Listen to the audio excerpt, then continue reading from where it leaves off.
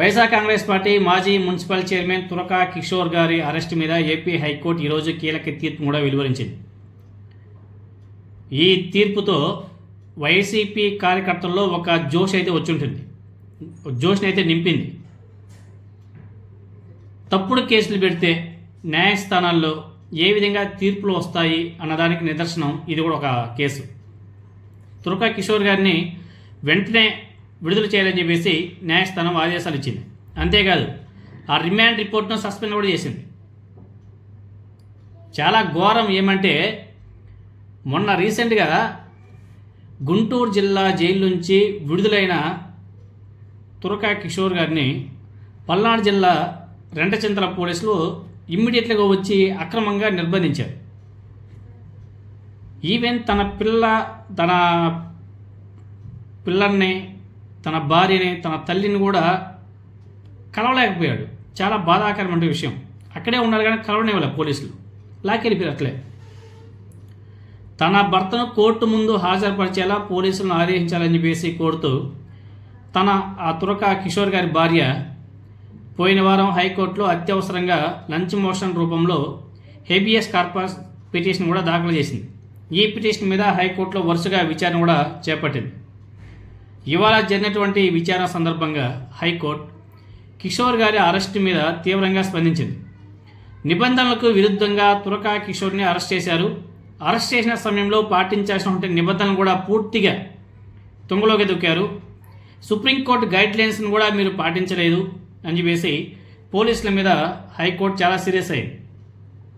ఇమ్మీడియట్లీగా అతన్ని విడుదల చేయాలని చెప్పేసి కూడా ఆదేశాలు కూడా జారీ చేసింది. ఈ వ్యాజ్యం మీద మొన్న విచారణ జరిపినటువంటి ధర్మాసనం తురకా కిషోర్ మీద నమోదైనటువంటి కేసుల సంబంధించి అన్ని రికార్డులను కూడా తమ ముందు ఉంచాలని చెప్పేసి రెంటచింతల పోలీసుల్ని ఆదేశించింది. అదేవిధంగా నిన్న ఈ వ్యాజ్యం మరోసారి విచారణకు వస్తే తురకా కిషోర్ గారి మీద నమోదు చేసినటువంటి కేసులకు సంబంధించినటువంటి రికార్డులన్నీ కూడా పోలీసుల తరపున ప్రభుత్వ ప్రత్యేక న్యాయవాది ధర్మాసనం ముందు ఉంచడం జరిగింది. వీటిని ధర్మాసనం క్షుణ్ణంగా పరిశీలించింది. అలాగే కిషోర్ని రిమాండ్కి పంపుతూ మెజిస్ట్రేట్ జారీ చేసినటువంటి ఉత్తర్వులను కూడా మరోసారి హైకోర్టు పునఃపరిశీలన చేసింది. అరెస్ట్ అయినటువంటి కిషోర్ బెయిల్ పిటిషన్ దాఖలు చేయలేదు కాబట్టి తాను రిమాండ్ విధిస్తున్నట్లు మెజిస్ట్రేట్ తన ఉత్తర్వులో పేర్కొనడం జరిగింది. అంటే బెయిల్ పిటిషన్ దాఖలు చేయకుంటే రిమాండ్ విధించేస్తారా, మిగిలిన అంశాలను పరిగణలోకి తీసుకోరా అని చెప్పేసి మెజిస్ట్రేట్ తీరును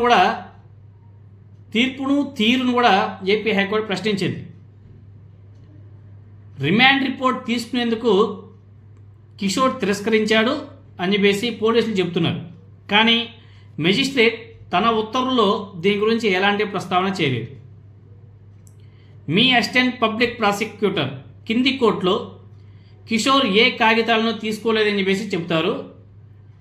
మరోవైపు తీసుకున్నట్లు కిషోర్ సంతకం చేసినట్లు,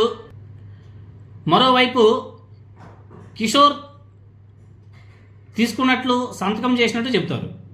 ఏంటి పరస్పర విరుద్ధమైనటువంటి వాదనలు? నేర అంగీకార వాంగ్మూలం మీద కిషోర్ సంతకం చేయలేదని చెప్పేసి అంటున్నారు.